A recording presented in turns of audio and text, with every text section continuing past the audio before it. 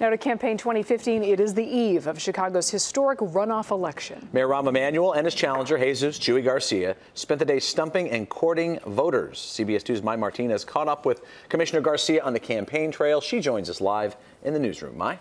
Well, Rob and Kate, Commissioner Garcia says he feels great going into tomorrow's election. He says he has no concerns, and he's predicting another historic night in Chicago politics, ending with him as the city's next mayor. A short time ago, Garcia was at the Damon Blue Line stop courting voters. He then boarded a train headed to Logan Square for another meet and greet. Garcia says people in Chicago want change, and that's why we're having a runoff.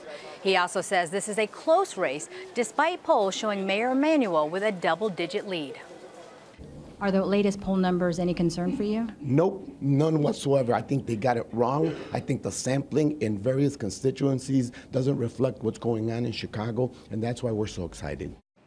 Garcia says he's confident he will be victorious, and his camp is hoping to make that happen with a massive Get Out the Vote effort tomorrow, where 5,000 volunteers will target 360,000 likely Chuy voters. Rob and Kate?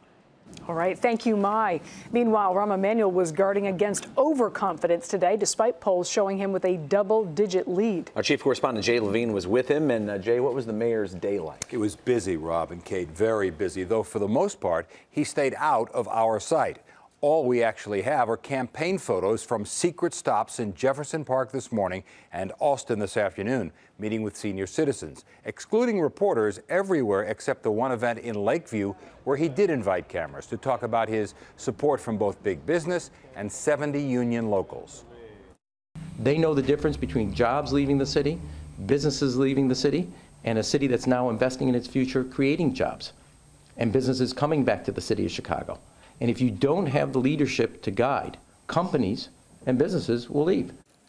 Rahm Emanuel's made a big issue of leadership as this long and exhausting campaign draws to a close, asking voters to decide which candidate is best suited to lead Chicago out of its financial mess and into a more prosperous future. And that is the question. That's the bottom line. Each and every voter here is going to have to decide. And based on early voting numbers from the first election to this one, it looks like the turnout is going to be much higher. All right. Well, if you extrapolate and say there were 90,000 votes cast early the last time, and a 34% turnout. This time you've got 140,000 cast early. That could double the turnout. Perhaps not double, but almost. You could have a 50% turnout, and that could change the way this election is going. Which way, I can't tell you, because you really don't know in a case like this, in this election, because you have a Harold Washington situation where he's way down in the polls, but yet soars because people weren't telling the truth to pollsters, or could you have an election where the leader, the incumbent, has a better organization,